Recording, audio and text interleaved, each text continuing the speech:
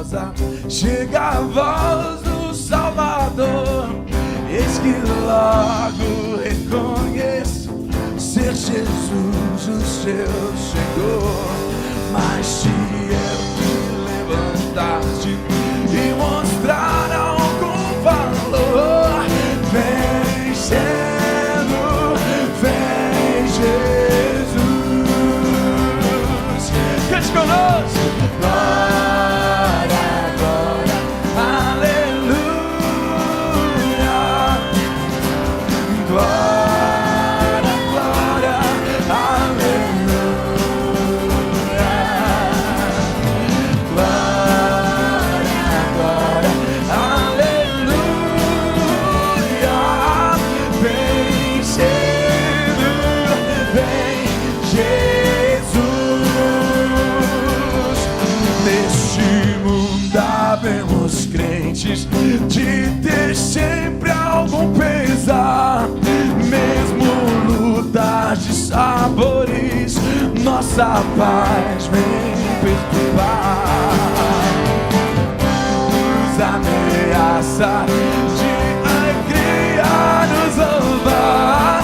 Vem cedo, vem Jesus. Glória, glória, aleluia. Glória, glória, aleluia. Glória, glória, aleluia. Vem cedo, vem Jesus. Da vaidade, fiéis servos, luta por fazer por seus. Muitas nos assaltam os terríveis fariseus. Enfermos sem a graça do bom Deus. Vem sendo, vem Jesus. Glória, glória, aleluia. Glória, glória, aleluia. Glória, glória, aleluia. Vem sendo, vem Jesus. Só a igreja.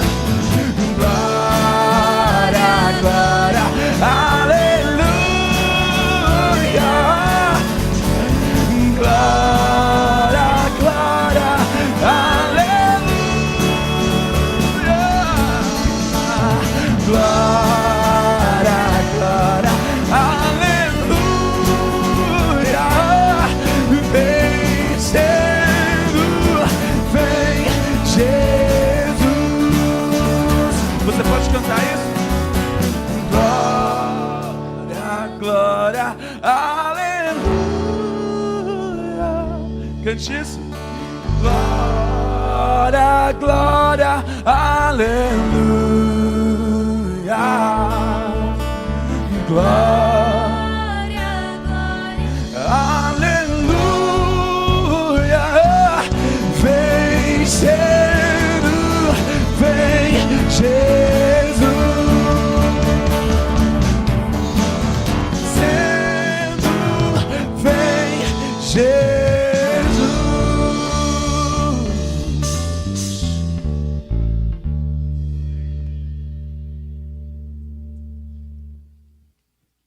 Vencendo, vem Jesus. Amém? Queridos, saúdo a todos com a paz de Cristo. Amém. Boa noite. Estamos então iniciando o nosso segundo dia da conferência sobre a fé reformada, com o tema Por que a reforma ainda é importante. Nós nos acostumamos a olhar para trás e pensar que aquele evento fatídico ficou só naquele momento. Mas a reforma protestante, ela repercute todos desde 517 até hoje.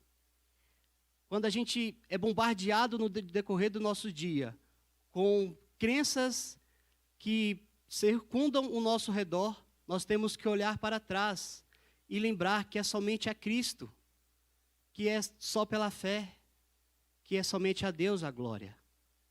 Não há nada novo debaixo do sol. Todas as coisas que acontecem hoje já aconteceram lá atrás. Então nós temos que olhar para trás, porque esses reformadores, que estão ali, é um pouco da história de alguns, eles passaram por algumas coisas que passamos hoje. Então, quando passarmos por dificuldades, lembremos, somente a Cristo. É somente Ele que pode nos salvar. É somente a graça dEle que nós podemos ter livre acesso ao Pai. É somente pela palavra, é somente a Escritura do Senhor, que é a nossa regra de fé e prática. E é somente a Ele a glória. É somente a Ele a glória. Que lembremos desses 5 fundamentos que ditam a nossa fé. Então essa é a importância. Por que que a reforma ainda é importante no dia de hoje? Para lembrarmos que somente Cristo pode nos salvar, que somente a palavra dEle é a voz dEle na nossa vida, que é somente a Ele a glória. Então que nós, nesta noite, possamos entender um pouco mais sobre isso, entender um pouco mais da importância da história da igreja, da importância da nossa fé. E entendemos mais a forma como Deus conduz a história do seu povo e da sua igreja. Você já parou para pensar que você pode estar aqui nessa noite por causa de homens que lá atrás lutaram e reformaram contra a tradição? Eis então a importância da reforma nos dias de hoje. Vamos orar ao Senhor?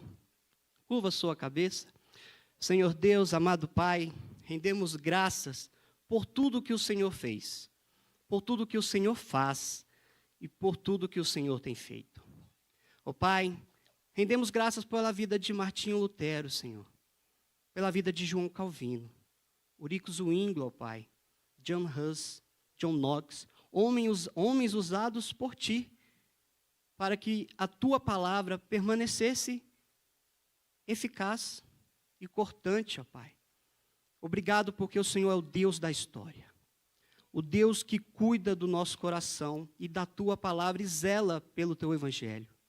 Ó Senhor, encha-nos nessa noite com a Tua graça e com a Tua palavra.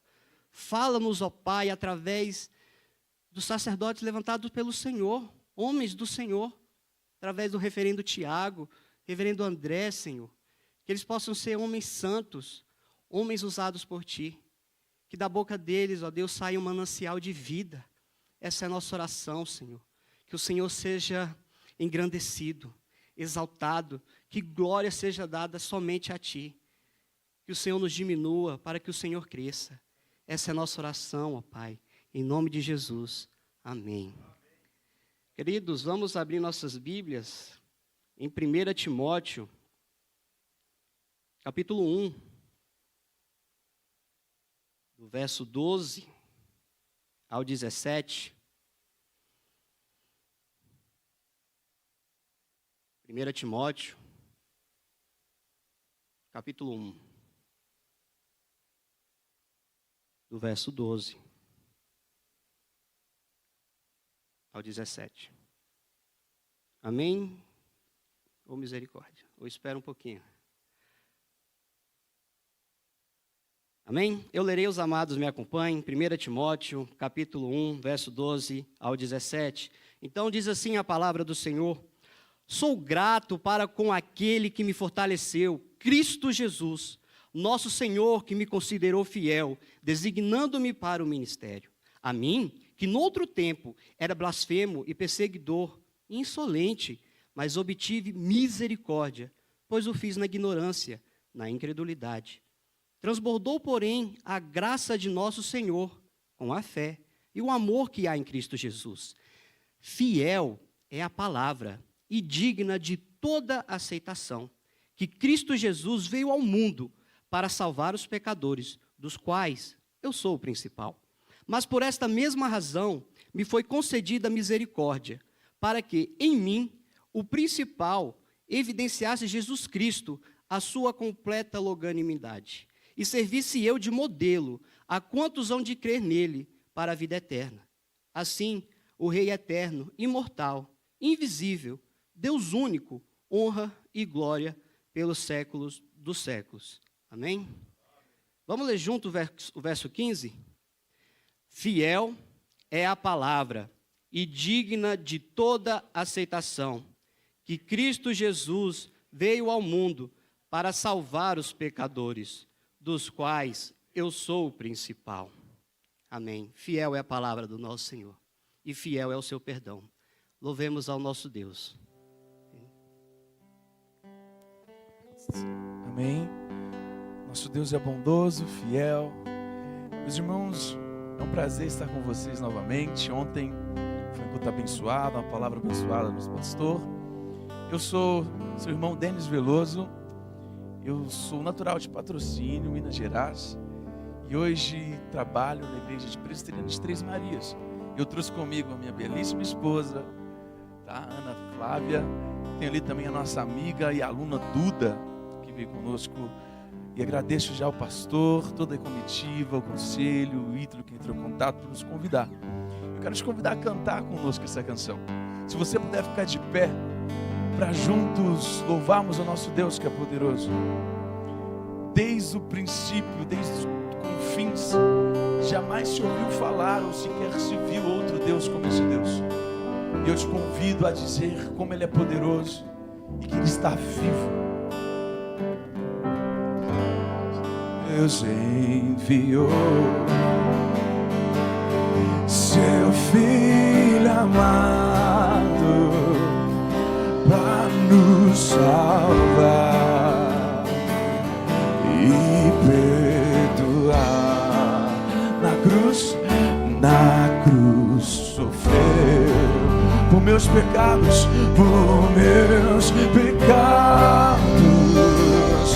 mas ressuscitou e vivo com o Pai está. Cante isso, porque Ele posso crer no amanhã, porque Ele vive, temor não há, mas eu bem sei, que a minha vida está nas mãos do meu Jesus, que vive está. E quando enfim chegar a hora em que a morte, as palmas, enfim, sem medo,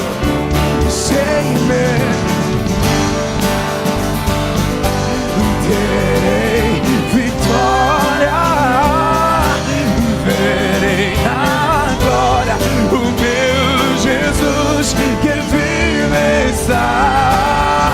Cante, porque Ele vive, posso crer no amanhã, porque Ele vive, não há temor não há, mas eu bem sei que a minha vida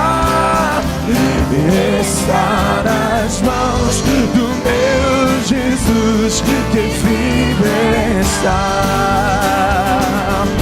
porque Ele vive, posso crer no amanhã, porque Deus vive, não há temor. Você pode dizer isso com toda a sua fé, mas eu bem sei que a minha vida está nas mãos do meu Jesus, que vive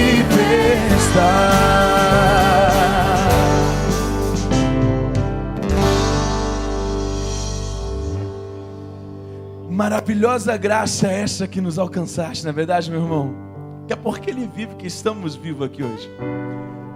No princípio a terra era sem forma e vazia. Trevas havia sobre a face do abismo, né? Mas Deus, de onde não tinha nada, Ele fez tudo. Todo poderoso. Alguns loucos vão dizer que a criação do homem é o Big Bang, que é mero acaso. Mas todos eles, é impossível não reconhecer que há um supremo Criador do universo. O universo hoje é desenhado totalmente de forma similar, que aponta para um Criador que é supremo. Então, do crente ao ateu, do gentil ao judeu, todos é beneficiado por essa graça incomparável de Cristo. Por mais que ele seja incrédulo, até a graça ainda o alcançou. Esse Deus que é bom, poderoso, esse Deus que é grandioso, essa graça suprema que alcança o pobre aflito, o crente, o judeu, o ateu, essa graça que eu quero te convidar a cantar sobre ela. Maravilhosa graça essa que um dia me alcançou. Estava pobre, perdido no mundo, desvarrido de dor, mas nos alcançou. E é sobre isso que eu quero cantar, te convidar juntamente a cantar conosco.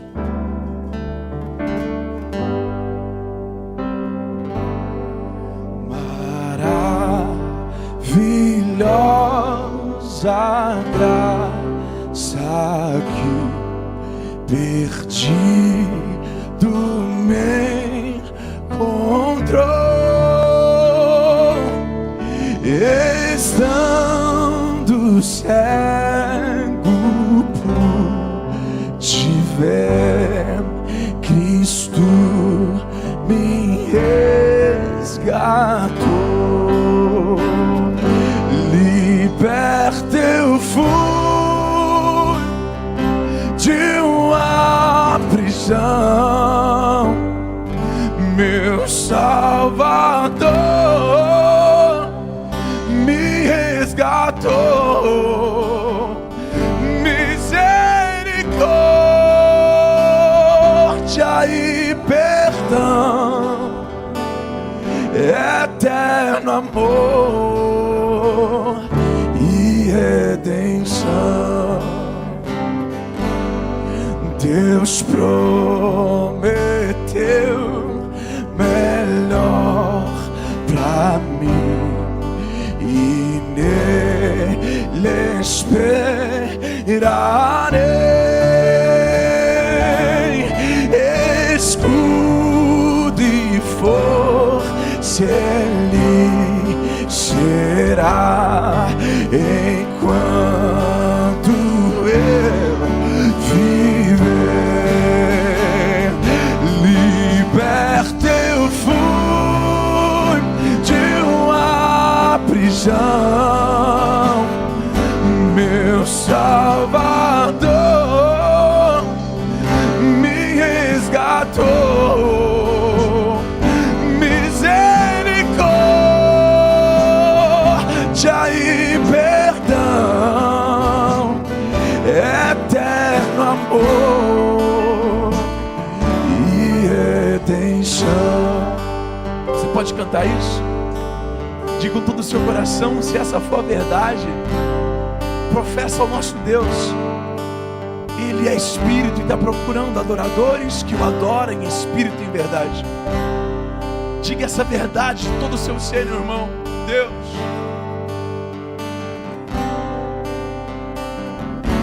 liberto eu fui de uma prisão, meu Salvador, meu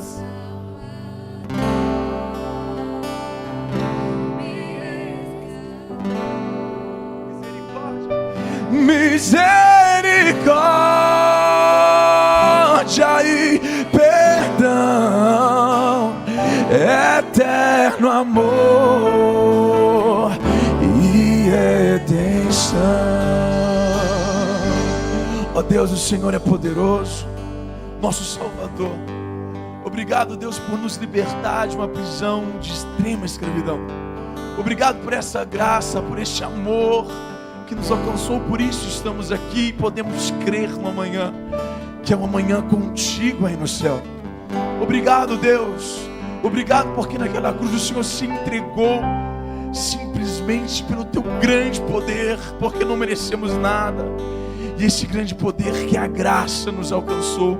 E aqui estamos para te dar louvor. Nós te agradecemos e te entregamos nosso louvor. Em nome de Jesus, amém. Amém. Família IPG2, graça e paz do Senhor Jesus. Pode assentar, queridos. Ah, que tempo precioso para adorar, para enaltecer o nosso Redentor, para nos aquietarmos e ouvi-lo por meio da Escritura, aprender a sã doutrina, rememorar, revisitar. É um tempo muitíssimo precioso. Eu quero aqui agradecer mais uma vez por ter o Denis, sua esposa, sua aluna e irmã, que vieram para estar conosco nesse momento tão precioso. Reverendo Tiago, meu amigo, irmão precioso, que serve ao Senhor nosso Deus na terceira igreja presbiteriana em Colatina, no estado do Espírito Santo. Pastor Olívio, acena com a mão aí, pastor Olívio. Acena aí, pastor Olívio, Olavo, pastor Olavo. Não sei de onde me veio, isso é falha, né? Falha da memória. Pode assentar, pastor Olavo. Pastor Olavo é um homem que se parece com o Senhor Jesus. Eu tenho o privilégio de tê-lo como irmão e amigo precioso. Reverendo Marcinho, lá da igreja de Lusiânia, eu estive lá domingo passado, e ele falou assim, nós iremos com o presbítero Janderson. Acene aí com as mãos assim, a turma toda está ali. Gente, esses meninos que estão ali com eles, meninos, porque alguns têm 16, 19, né? E assim por aí. Tem aqueles lá não, aqueles têm 24 já. Essa turma, que turma boa na área do Ministério da Música, lá na igreja de Lusiânia. Fiquei muito impactado, muito feliz. Márcio, obrigado, tá? E também o André Carolino. Cadê o André Carolino? Está aqui, o bispo André Carolino, né, homem de Deus. Tive o privilégio de conhecê-lo aqui. Estando aqui, já no meu 6º ano, não o conheci, pude conhecê-lo. E, André, posso te dizer que tem um espaço muito especial no meu coração, dessa amizade que brotou a partir do convite. E você saiba que você é estimado, tá? E eu espero que aquele café em breve saia, embora ele seja corintiano, mas tudo bem, os laços da cruz é que nos unem e nós estamos firmes aí. Quero convidar Tiago para vir aqui, para orar com ele. Quero convidar o Márcio para vir orar pelo reverendo Tiago. Reverendo Tiago, Marcinho, lá de Minas Gerais, né? Servindo ali em Lusiânia, mas ele é lá de Minas Gerais. Valadares? Valadares aí, pastor, dá de Valadares também, ó. O que tem de mineiro nessa região é brincadeira, hein? Deus abençoe. Ô, gente, a nossa conferência que teve início ontem, nós ouvimos uma palavra boa do reverendo Tiago. Deus foi propício a ele e a nós. E hoje, na nossa conferência, nós começamos mais cedo, às 18 horas, porque nós temos 2 momentos. Nós temos esse primeiro momento de cânticos, conduzido pelo Denis, sua esposa, sua aluna e os meninos aqui da área da música. E aí a gente escuta essa palavra agora, né, sobre somente Cristo. Depois a gente pausa, a gente tem um momento muito especial ali no salão anexo, que foi preparado com tanto carinho. E aí a gente tem um tempinho para ir lá visitar, comer alguma coisa, tomar um café, né, cafeína, para a gente, né? E aí a gente volta animado e o Denis vai nos introduzir novamente nesse momento de celebração, por meio do cântico. E aí a gente vai se aquietar de novo para ouvir o André Carolino, que tem uma palavra também especial da parte de Deus para a nossa vida. Vamos orar? Vamos ficar em pé mais uma vez? O Marcinho vai orar pelo Tiago e por você, para que Deus nos fale nessa noite. Ó Deus, muito obrigado por esse tempo tão precioso que já tivemos aqui, Deus, de louvor, adoração. Deus, e agora nós queremos aquietar o nosso coração para ouvir a Tua voz. Queremos pedir, ó Deus, que o Senhor abençoe o Teu servo, que a palavra que sai da Sua boca, Deus, venha do trono da graça. Sabemos que tudo é sobre Cristo, nós precisamos de Cristo, que o Senhor e Salvador, Jesus Cristo, está presente neste lugar, ministre no nosso coração, o bom pastor, em nome de Jesus. Amém. Pode assentar, queridos. Eu quero pedir um dos nossos diáconos que providencie água para Tiago aqui, porque a gente que vem de fora, então a gente depara com esse clima aqui, a gente precisa estar ali hidratando, senão a gente não dá conta de ir até o final, né, Tiago? Deus o abençoe, Deus te use.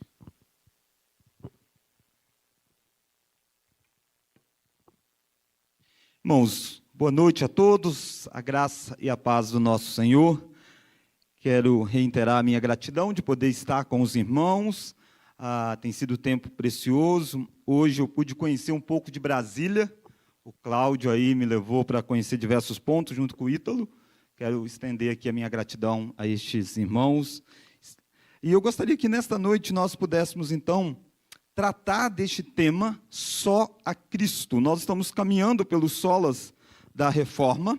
Nós já vimos ontem sobre o solo Escritura, tratamos dentro do conceito de autoridade da Escritura e da suficiência da Escritura. E hoje eu quero olhar com você sobre os solos Cristos, ou só Cristo. E como eu fiz na ocasião passada, eu também não vou fazer uma exposição de um texto bíblico, mas vou me valer de 2 textos para nós pensarmos dentro do tema proposto a nós deste aspecto. E eu quero convidá-lo, então, a abrir na primeira carta de Paulo a Timóteo, capítulo 2, verso 5, neste primeiro momento. Primeira carta de Paulo a Timóteo, capítulo 2.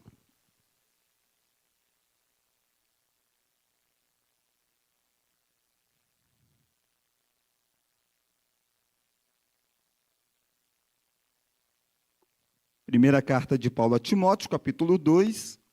Olha aí comigo a partir do verso 5 até o verso 7. Diz assim: Porquanto há um só Deus e um só mediador entre Deus e os homens, Cristo Jesus, homem, o qual a si mesmo se deu em resgate por todos, testemunho que se deve prestar em tempos oportunos. Para isto fui designado pregador e apóstolo. Afirmo a verdade, não minto, mestre dos gentios na fé e na verdade. Irmãos, a solos Christus é um dos pontos fundamentais para resumir o pensamento da reforma, por isso está naqueles 5 pontos. E como nós falamos, os 5 solas não foram em si escritos pelos reformadores. Eles não fizeram essa lista que nós temos, mas as ideias estavam lá presentes. E ao longo da história foi sendo desenvolvido e foi então criando essas frases que ficaram marcantes. Assim como ontem nós vimos, e eu gostaria de reforçar isso, o ponto dos 5 solas é a ideia do sola, a ideia do somente. Porque muitas vezes eu e você achamos que é possível agregar alguma coisa. E o que a reforma protestante veio fazer não era combater um ceticismo, mas sim combater um sincretismo. Ceticismo é a não crença de algo. E quando você olha para as frases que estão presentes, graça, Cristo, Escritura, fé, a Deus a glória, não eram negados pela igreja da época. E muitas vezes não é negado hoje por muitas vertentes religiosas. O que é então negado e o que é hoje também negado? É a exclusividade, é o somente. É o somente a Escritura como fonte de autoridade infalível. E nesta noite, o somente Cristo. Cristo tem sido usado, citado, e muitas pessoas dizem inclusive amá-lo. Mas muitos têm agregado a Cristo diversas questões.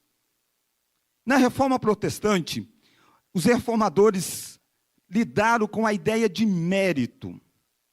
Quem é que tem méritos que podem mediar uma relação entre Deus e os homens? No decorrer dos posicionamentos da igreja da época, alguns indivíduos eram considerados pessoas que tinham vivido uma vida exemplar, uma vida acima da média. Isso fez com que eles acumulassem um tesouro de méritos. E através deste tesouro de méritos que estes homens conquistaram, a igreja, então, detentora da administração destes méritos, poderia, então, dar a possibilidade que este mérito fosse aplicado a alguém. E daí surgiu inúmeras intercessões para estes mediadores.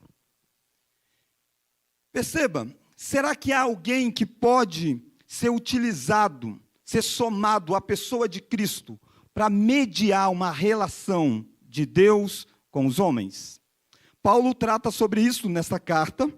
Interessante que o capítulo 2, ele está falando inclusive de oração. Ele exorta a ideia de orarmos por todos os tipos de pessoas que estão investidos nas mais diferentes cargos, autoridades. Mas no verso 5, ele nos lembra que, embora nós devemos orar por todos, somente um pode conduzir a nossa oração.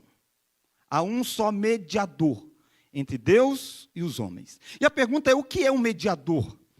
Mediador você poderia bem definir como alguém que atua entre duas partes para reuni-las. E de fato, desde a queda, o homem não é possível se aproximar de Deus, porque Deus é santo. O nosso pecado causa separação entre nós e o nosso Deus. Durante o período que você olha para o Antigo Testamento, há uma construção teológica que está sendo trabalhado na mente dos seus ouvintes, do povo de Israel, formando uma mentalidade de um Deus que está sim presente. Mas para ter acesso a Ele, é necessário um mediador. Deus vem habitar com o povo, por exemplo, durante o período em que eles saem do Egito, através do tabernáculo. E as tribos de Israel devem acampar em volta daquele tabernáculo. É interessante que é estruturado qual tribo deve ficar em qual região. Mas o povo está vendo o tabernáculo. O povo viu a glória de Deus descer sobre o tabernáculo. O povo tem consciência que Deus está aí, de forma extraordinária. Mas o povo não consegue entrar lá. Uma vez no ano, o sumo sacerdote entrava no lugar mais santo do tabernáculo. Para isso, diversos derramamentos de sangue acontecia. E ele entrava representando alguém. E pensa o quanto que isso deveria gerar desejo no coração do povo. E um povo que deve lembrar que outrora os primeiros pais tinham acesso a Deus. Porque Deus, na viração do dia, andava pelo jardim e conversava com Adão e Eva. Foi pós-queda que Deus estava presente, mas para chegar até Ele, era necessário um mediador. E os mediadores do Antigo Testamento são sombras apontando para o verdadeiro mediador, que nasce na plenitude do tempo, Cristo Jesus. E é sobre essa mediação de Cristo que eu quero conversar com você, porque a mediação de Cristo nos conduz em um acesso a Deus que faz com que nós tenhamos vida, verdadeira espiritualidade diante desse Deus. E é capaz que, ao perceber a exclusividade da mediação de Cristo, você perceba, e você se empolgue, e você se encante por uma grande verdade que a Escritura chama da nossa união mística com Cristo. O tempo todo na Escritura do Novo Testamento, nas cartas de Paulo, e quando você começar a ler, perceba o quanto que ele vai dizer nele, em Cristo. É por isso que uma igreja como a igreja de Corinto, que é uma igreja um tanto quanto que causa medo, né? Começa dizendo que eles são santos em Cristo. Em Cristo faz toda a diferença. E em Cristo é a única solução para o pecado que a humanidade encontra. Perceber a exclusividade de Cristo vai fazer com que nós nos encantemos pela doutrina da união mística que nós temos em Cristo, vai fazer com que nós valorizemos o livre acesso que nós temos a Deus, vai fazer com que nós tenhamos ousadia para anunciar o único nome dado entre os homens pelo qual importa que haja salvação. Mas por que era tão necessária essa mediação e por que outros não foram capazes de fazer? Porque Deus não é um Deus que se contenta com alguém que tira 9. A gente vive uma época, né, que se alguém não consegue atingir um determinado padrão, o que a gente faz com o padrão? Abaixa. Não atingiu? Abaixa mais, né? Deus não. Deus, na sua lei moral estabelecida, fez o homem correspondente a esta lei, plenamente capaz de respondê-la. Mas com a queda de Adão e Eva, nós nos tornamos incapazes de atingir o padrão. Mas Deus não baixou o padrão. Deus não baixou o padrão. Então o que Deus fez? Deus se fez um de nós, para cumprir o padrão em nosso lugar. Para que nós pudéssemos ser elevados na nossa condição pelos méritos daquele que cumpriu o padrão. Para que nós pudéssemos hoje ser apresentados diante dele, como alguém que cumpre o padrão. Por causa da obra de Cristo, eu e você cumprimos o padrão sem nunca cumprir. Daqui a pouco você entenderá melhor na justificação pela fé, pelo nosso prezado pastor. E por isso a importância de você entender como que Cristo realiza essa mediação, para que os efeitos da justificação você possa perceber no decorrer da sua vida. E como que Cristo, então, exerce essa mediação? Irmãos, a reforma trouxe à tona uma das doutrinas muitas vezes esquecidas, que é a ideia do tríplice ofício de Cristo. Eu não sei quantos aqui têm se deparado com essa realidade de que a mediação de Cristo não é só sacerdotal apenas. A mediação de Cristo se dá através do seu tríplice ofício. O que é isso, pastor? Nós, na nossa relação com Deus, nós precisávamos de que alguém conduzisse todas as áreas da existência. Por isso que no todo o período do Antigo Testamento, o relacionamento de Deus com os homens se deu através de ofícios que eram apresentados como rei, profeta e sacerdote. E essa é a ideia de que Cristo exerce. Mas você talvez esteja dizendo, mas por que nós precisamos de um rei? Por que nós precisamos de um profeta? Por que nós precisamos de um sacerdote? Sabe por quê?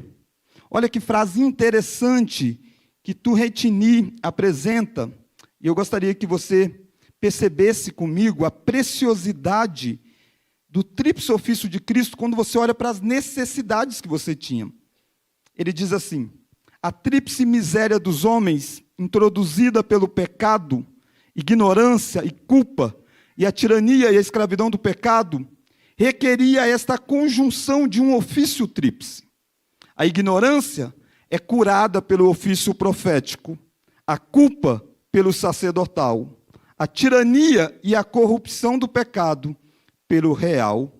A luz profética se difunde nas trevas do erro. O mérito do sacerdote remove a culpa e nos granjeia a reconciliação. O poder do rei desfaz a escravidão do pecado e da morte. O profeta nos revela a Deus. O sacerdote nos guia a Deus. O rei nos une e nos glorifica junto a Deus. O profeta ilumina a mente pelo espírito da iluminação. O sacerdote, pelo espírito da consolação, tranquiliza o nosso coração e a consciência. O rei, pelo espírito da santificação, subjuga as afeições rebeldes. Perceba, queridos, a nossa miséria fazia com que nós éramos ignorantes da verdade. Fazia com que nós carregássemos a culpa e fazíamos com que nós fôssemos escravos do pecado. Quando Cristo exerce o seu ofício de mediador, ele ocupa esse tríplice ofício, fazendo com que, como profeta, ele é apresentado como aquele que é a grande revelação de Deus. Hebreus diz que, havendo Deus outrora falou de muitas formas, mas nos últimos dias nos falou pelo Filho. Por isso que no decorrer do Antigo Testamento, Deus levantou profetas para falar a revelação de Deus. E quando Cristo vem, o verdadeiro profeta, o maior profeta, cessa as antigas formas de ser apresentados profetas. Porque o profeta verdadeiro, o profeta maior, o profeta que é a plena revelação de Deus, ele diz: quem vê a mim, vê o Pai. Estava entre os homens. Perceba que você precisa de um profeta. Não um profeta qualquer, mas o profeta que é o próprio Deus. Ele é o Cristo, o ungido do Senhor, para fazer esse ofício de nos ensinar, de nos conduzir à verdade. Mas nós precisamos do sacerdote. E esta é uma obra que a gente mais conhece, da substituição de Cristo, de oferecer a sua vida em nosso lugar. E precisava ser uma oferta perfeita. Mas Cristo também era o rei. e é o rei. Mateus, o evangelista, apresenta para nós Jesus como verdadeiro rei. E descreve este rei entre os homens, poderoso em palavras, poderoso em feitos. E quando ele chega, você percebe diversas, por exemplo, manifestações demoníacas. E ele diz, o rei é chegado.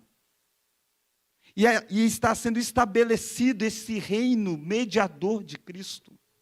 E ele é o mediador que traz o reino ao mundo. E vai tirando o príncipe deste mundo, amarrando o valente, para que nós possamos ser libertos das garras de Satanás. Paulo descreve a nossa libertação em Colossenses como ele tendo nos retirado do império das trevas. Mas por que ele fez isso? Porque Jesus foi o rei que guerreou por nós, que amarrou o valente para que nós pudéssemos saquear como igreja e desfrutar da vitória. As portas do inferno não prevalecem contra a igreja. Por que isso? Por causa dos méritos de Cristo. Quando você olha para o Antigo Testamento e você vê profeta, sacerdote e rei, você percebe que nenhum deles foram infalíveis. E até a nossa leitura bíblica, até a nossa hermenêutica, como nós lemos os textos, é influenciado se você entende que Cristo é o único mediador que nos conduz de fato a Deus. Quando você lê histórias como de Davi derrubando um gigante, Davi é apenas a sombra do verdadeiro ungido do Senhor que derrubou o gigante por nós. Quando você olha para os sacerdotes e você vê que todos eles precisavam oferecer sacrifícios por si próprios, porque eram pecadores, Cristo é o único que vive este mundo sem nunca ter cometido um pecado. Quando você olha para a ideia de profetas e você vê Cristo ensinando a grande verdade que liberta. Todos os profetas, por melhores que fossem, o representante dos profetas, Elias, chegou a pedir a morte. Chega, eu não quero mais. Cristo vai até a cruz, o nosso lugar. Elias, Moisés, pense em Moisés, o grande representante da lei que liberta o povo do Egito. Moisés disse, vai levantar um profeta semelhante a mim, a ele ouvi. Moisés não consegue entrar na terra prometida porque ele bate na rocha. Por melhor que seja Moisés, por melhor que seja Elias, por melhor que seja Davi, todos eles precisavam do verdadeiro mediador, que era Cristo Jesus. E quando Cristo morre na cruz do Calvário, Cristo estava fazendo essa pacificação dos pecados de Moisés, de Elias, de Moisés, de Davi, porque ele é o único mediador dado entre os homens, pelo qual importa que sejamos salvos. Perceba então que nesse primeiro bloco, eu gostaria que nós percebêssemos essa beleza daquilo que nós temos em Cristo Jesus como nosso mediador. Ele é o único. Cai por terra as crenças da época da reforma, antecedendo a reforma da igreja da época de Roma, de que o líder da igreja de Roma era o supremo pontífice, supremo construtor de pontes. Lutero, Calvino, Zwinglio disseram, não. O supremo construtor de pontes é Cristo Jesus. Porque ele se fez homem. Ele é o santo de Deus que nos media nesta relação. E você talvez pergunte, pastor, e o que isso diretamente tem a ver comigo? Tem a ver no fato de que, por exemplo, você não está vivendo debaixo de um reino de qualquer pessoa. Você é súdito do reino de Cristo. Nós somos cidadãos de dois reinos. Nós vivemos no país, no Brasil, por exemplo, estamos debaixo das leis civis do nosso país, mas a nossa verdadeira cidadania é celestial. Paulo diz isso em Filipenses.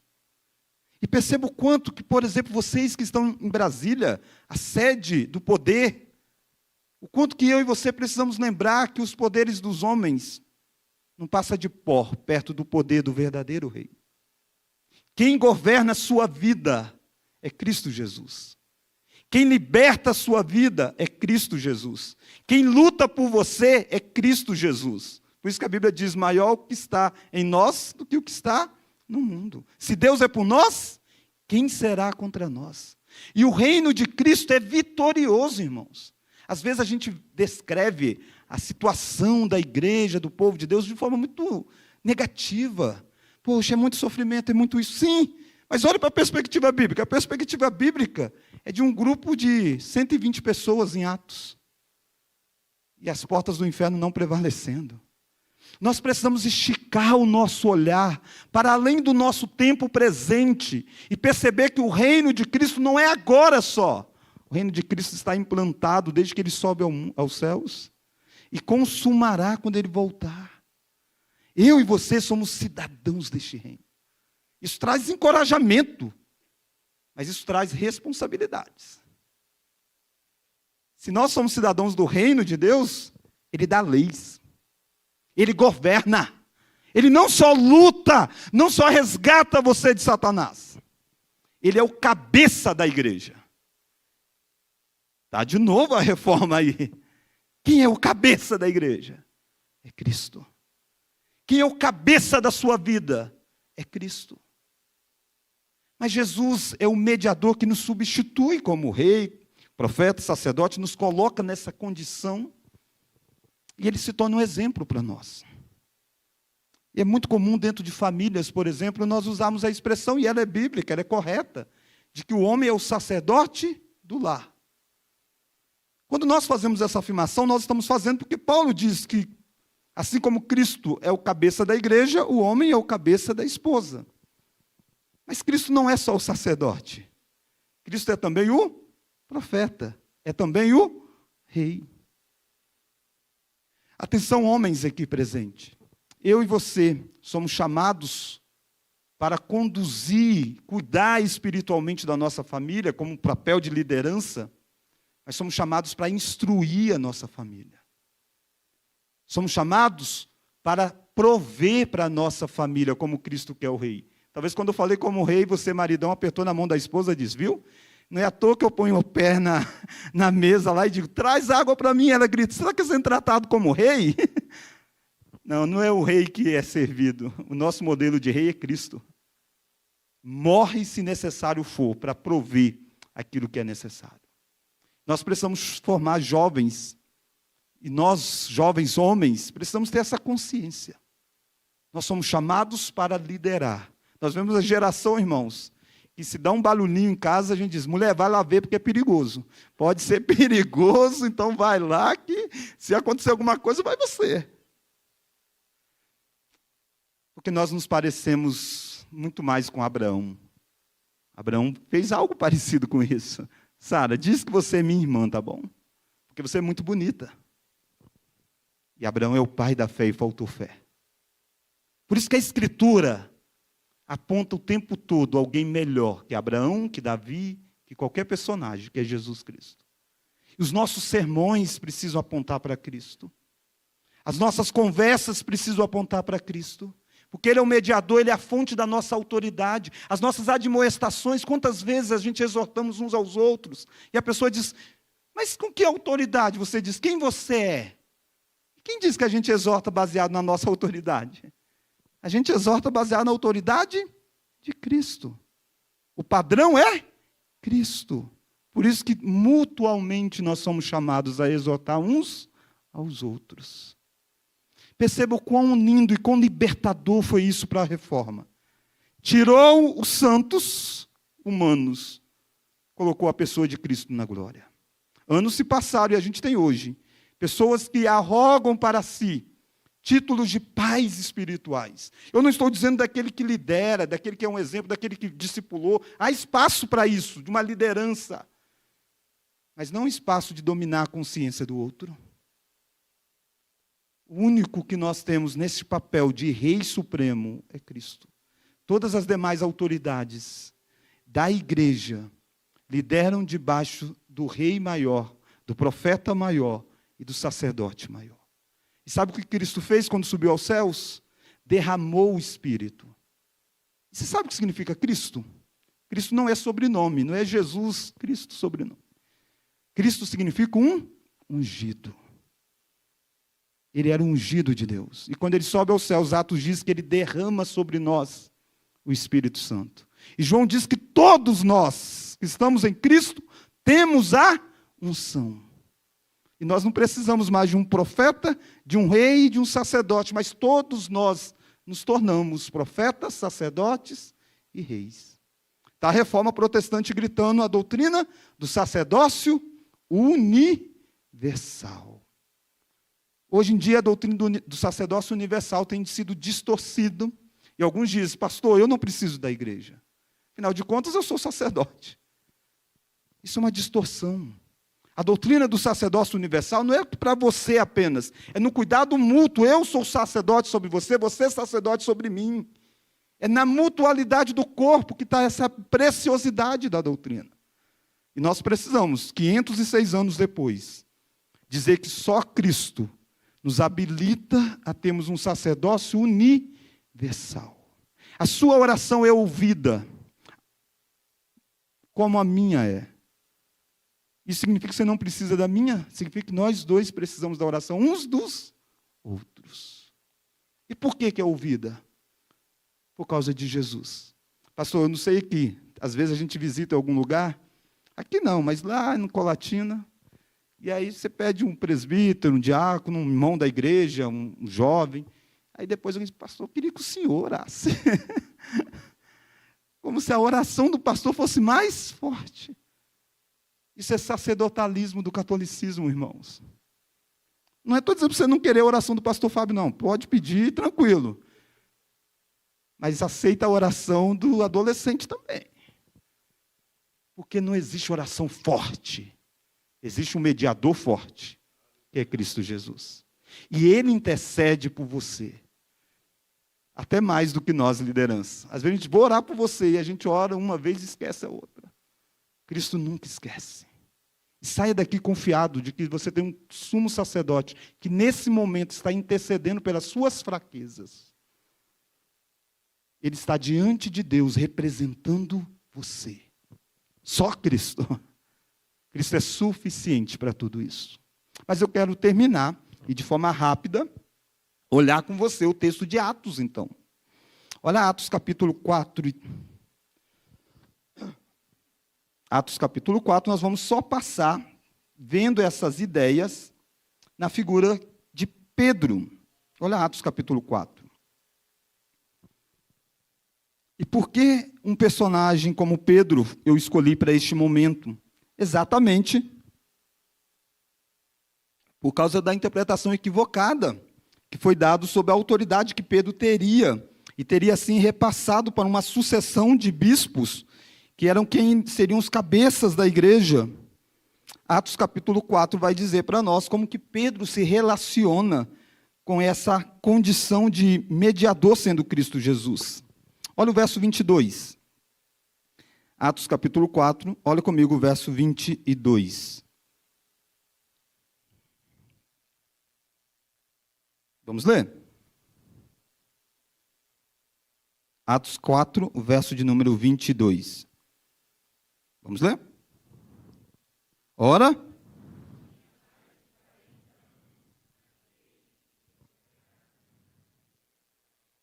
Ué, pastor, que história é essa de Atos? Você falou de cura de Pedro, você errou? Não. É para você entender esse contexto. Alguém foi curado. Esse homem tinha mais de 40 anos. Um coxo passa a andar. Quem foi o instrumento dessa cura? Pedro e João.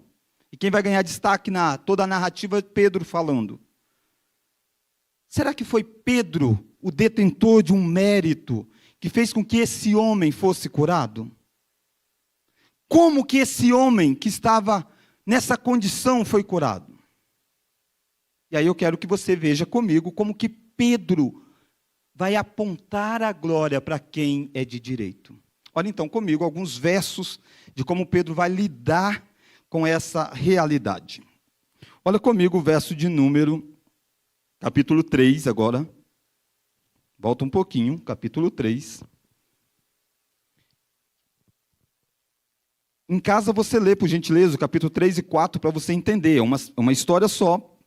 Pedro estava preso, e aí ele foi solto, depois de ter argumentado sobre a cura deste homem que tinha 40 anos. Olha Atos capítulo 3. Quando você olha do verso 1 ao verso 10, você vê a cura acontecendo. E aí olha o verso 11, vamos ler? Apegando-se ele a Pedro e a João, todo o povo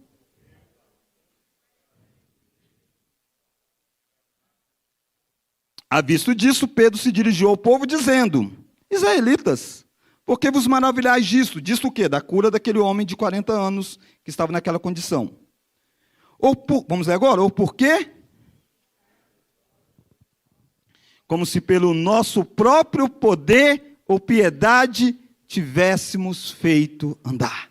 Pensa, Pedro, acabou de curar. Todo mundo passa os olhos em Pedro, olhando para ele, olhando para João, dizendo: esse cara tem poder.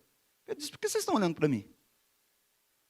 Quase que eles queriam fazer uma agenda de Pedro, né? Agora, vamos marcar todo dia, você vai... Por que vocês estão olhando para mim? Pedro joga os olhares deles para Cristo.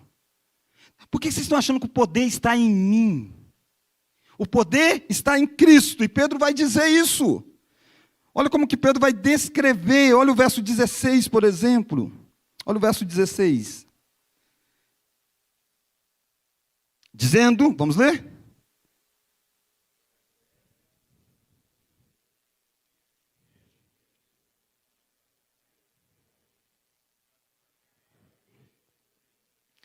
Sim, a fé que vem por meio de Jesus deu a este saúde perfeita na presença de todos vós. Pedro não quer criar um grupo de seguidores achando que ele tem o poder de curar. Pedro quer que o povo veja que Jesus tem o poder de curar. É no nome de Cristo que isso aconteceu. Está aqui Pedro dizendo e apontando a glória para quem é. Muitas vezes, no processo de evangelização, no processo de aconselhamento, deparando com pessoas não cristãs, e muitas vezes as pessoas estão agarradas dizendo: pastor, mas eu tinha um parente, ou eu mesmo estava em tal condição, e eu fiz determinados votos, passei por determinadas experiências e fui curado. Fui curado, pastor. Então, valeu a pena pagar a promessa para tal santo. E muitos vão se afogando em idolatrias por causa disso. Pedro vem ensinar para nós, dizendo: ei, nós precisamos lembrar que quem faz é Deus. Irmão, se você é abençoado por algum ministério, lembre sempre que o instrumento deve ser cuidado, amparado, mas jamais adorado. Muitas vezes nós agarramos nos instrumentos que Deus usa para a cura. Deus pode usar quem Ele quiser. Deus falou até pela boca da jumenta, como o Lutero citou ontem, né? E lembra que também Satanás faz milagres, falsos milagres, para escravizar pessoas. Saiba você que o único que tem poder verdadeiro para uma cura verdadeira, que glorifica o Deus verdadeiro, é Jesus Cristo.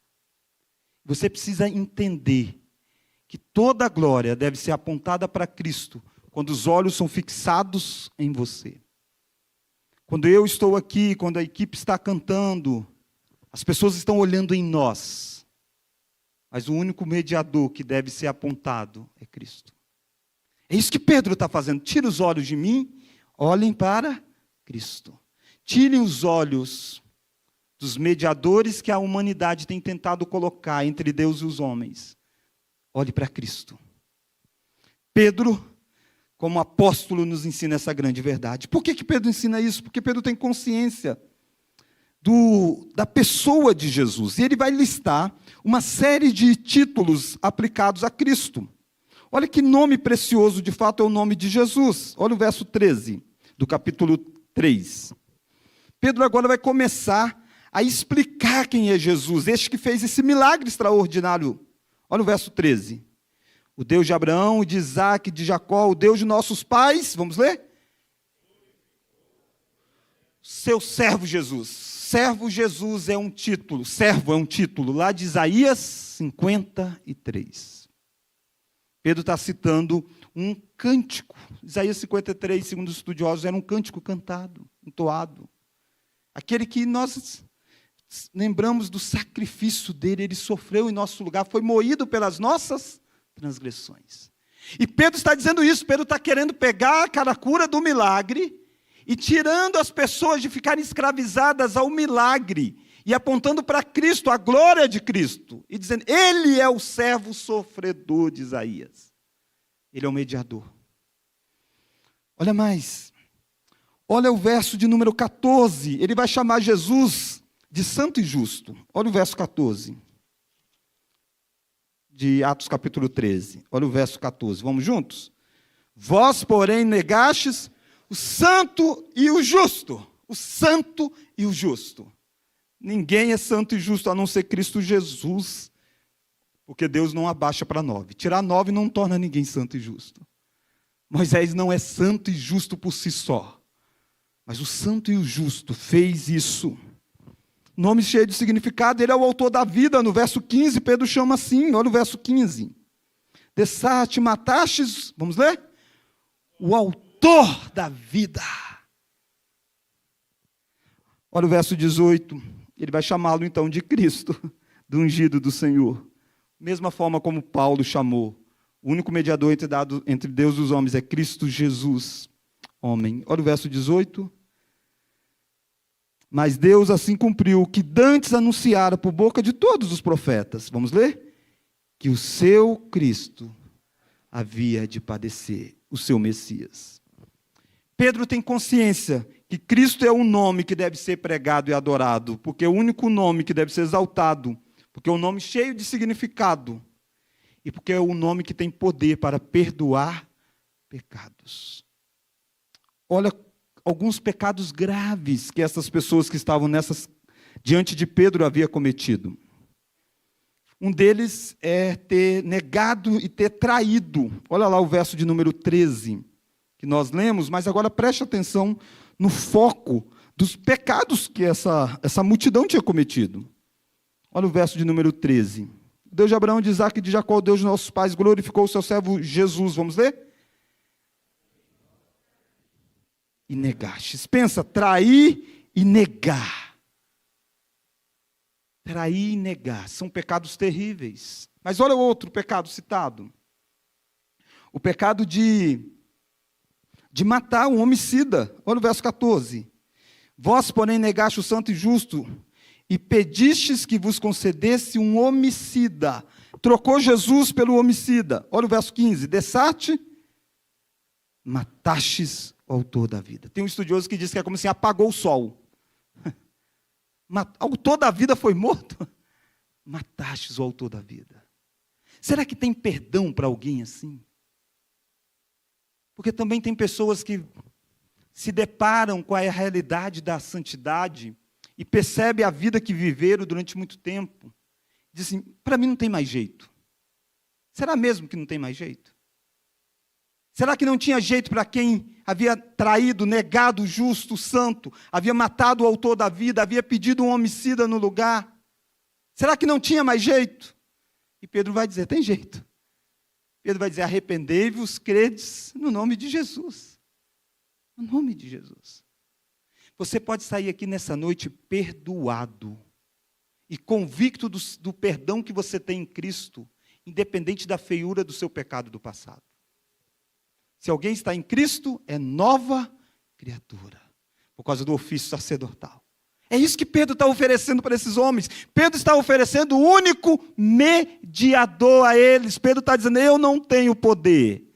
Mas esse que curou esse homem é só um detalhe a cura. Ele tem poder muito maior. Se você se arrepender, ele diz, vocês podem ser purificados dos vossos pecados. E olha o poder desse. Se manifestará de forma suprema no último dia. E Pedro vai dizer isso. Olha o finalzinho aí comigo de Atos.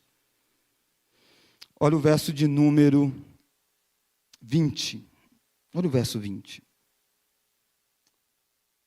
Verso 19, arrependei-vos, convertei-vos para serem cancelados os vossos pecados. Vamos ler o verso 20? A fim...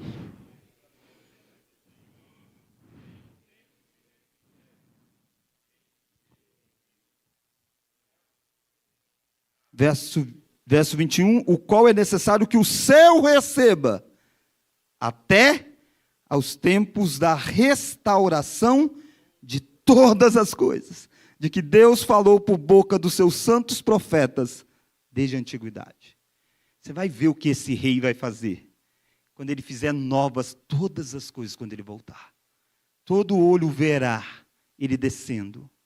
Romanos diz para nós que Ele vai transformar, tirar sobre esse mundo a maldição do pecado, lançar aqueles que não creram nele como único mediador fora, no lago de fogo, refará novas todas estas coisas e nós viveremos neste lugar.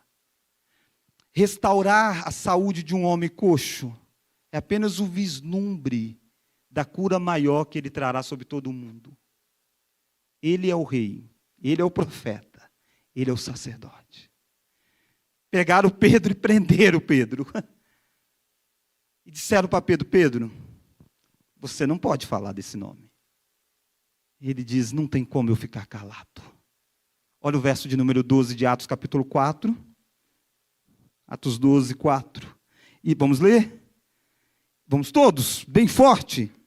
E não há salvação em nenhum outro, porque abaixo do céu não existe nenhum outro nome dado entre os homens, pelo qual importa que sejamos salvos. Não tem, não tinha, não tem e nunca terá. Pedro diz, eu não posso deixar de falar, de anunciar das coisas que nós vimos e ouvimos. Só a Cristo. Vamos orar? Deus, obrigado porque nessa noite a nossa oração é ouvida, não pela beleza das nossas palavras, mas por causa do nosso mediador que é Cristo Jesus. Obrigado porque Ele é o nosso rei, o nosso profeta, o nosso sacerdote. Obrigado porque está tudo resolvido entre nós e Ti por causa de Cristo Jesus. E nos ensina, Deus, a vivermos como súditos então deste reino. Nos ensina, Deus, a vivermos como discípulos deste profeta. E nos ensina, Deus, a vivermos como aqueles que desfrutam do livre acesso que nós temos por causa do nosso sumo sacerdote. Obrigado, Deus, porque na reforma o Senhor fez com que o nome de Cristo fosse entoado, cantado e apresentado. E nós podemos, 506 anos depois, relembrar aquilo que a reforma trouxe de volta, para que nós possamos continuar levando o nome de Cristo. Porque é o único nome dado entre os homens pelo qual importa que sejamos salvos. E é no nome dele que nós oramos. Amém.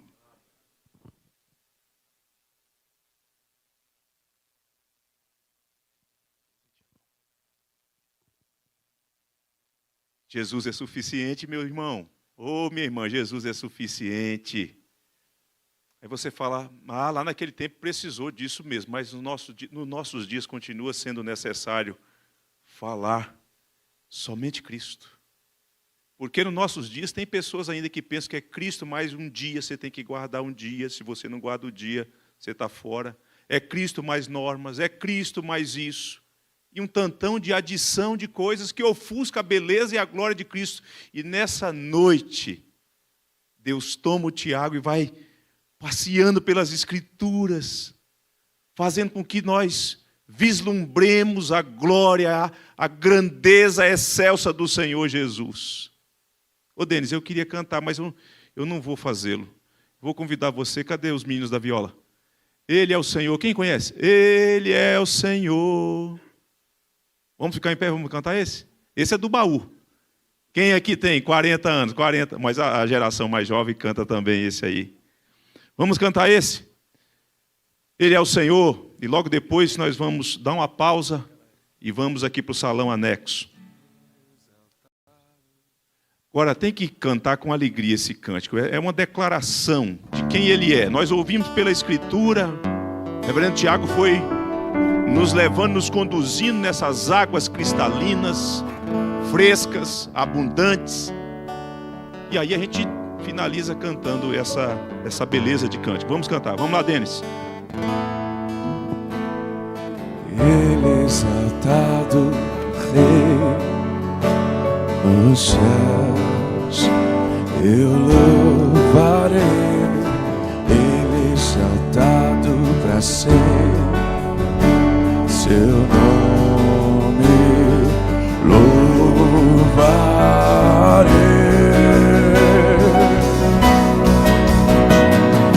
Ele é o Senhor, sua verdade vai sempre reinar. terra e céu glorificam teu santo nome.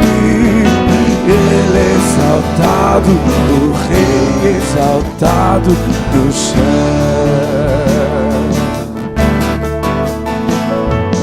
Ele é exaltado, o Rei exaltado dos céus. Eu louvarei, Ele é exaltado, para sempre exaltado é o teu nome. Louvarei,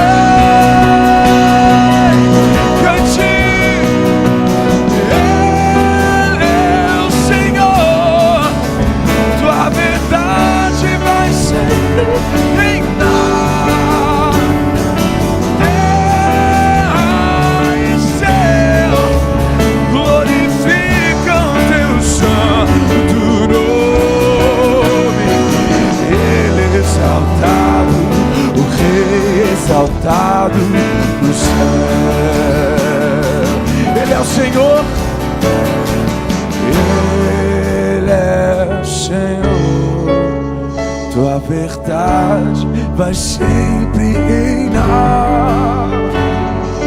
Terra e céus glorificam teu santo nome.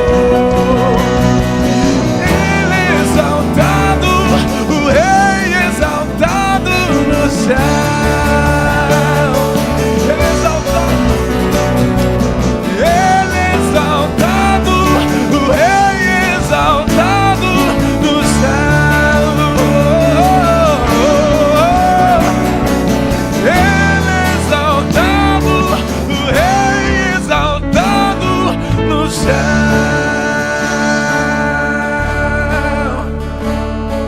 Aleluia, louvado seja Deus. Pastor Olavo, vem aqui dar graças e exaltar ao Senhor Jesus por meio da oração.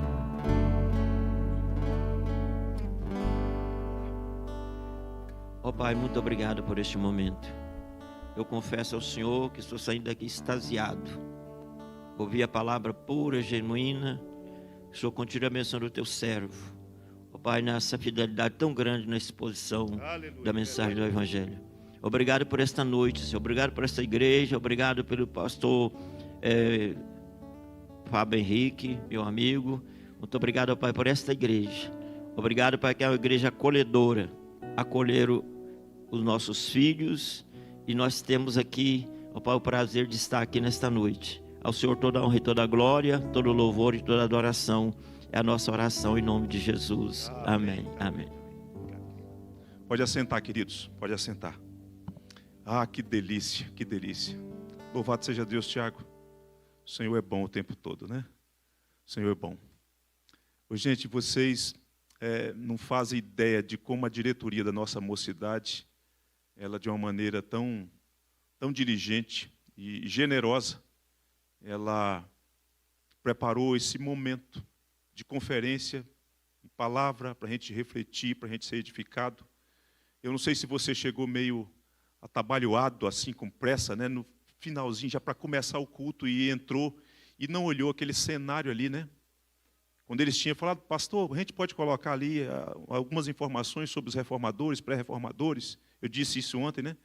E eu não fazia ideia, né? Quando eu cheguei ali, eu falei, parece que Lutero passou aqui, afixou as 95 teses, está ali.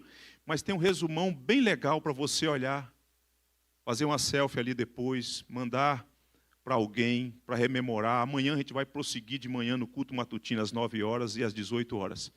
E se aquela informação ali não está equivocada, são 19 e 17 minutos, é isso mesmo? É isso mesmo, então você tem aí mais ou menos 30 minutos, né? A gente vai voltar 20 e 50. Não, 19 e 50, 20 e 50 não, pelo amor de Deus. 19 e 50, então você tem uns 30 minutos para ir ao banheiro, tomar água, tomar um café, lanchar, papear. Eu quero recomendar com muito carinho, acolha o reverendo Márcio, esse mineirinho aqui, juntamente com as suas ovelhas, irmãos, o presbítero Janderson, ele que lidera a turma da área da música lá, da igreja lá. Vamos para o salão anexo?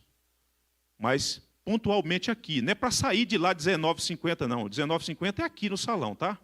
E o presidente da mocidade vai estar aqui nos conduzindo e Denis assumindo esse momento de cântico para a gente ouvir o reverendo André Carolino.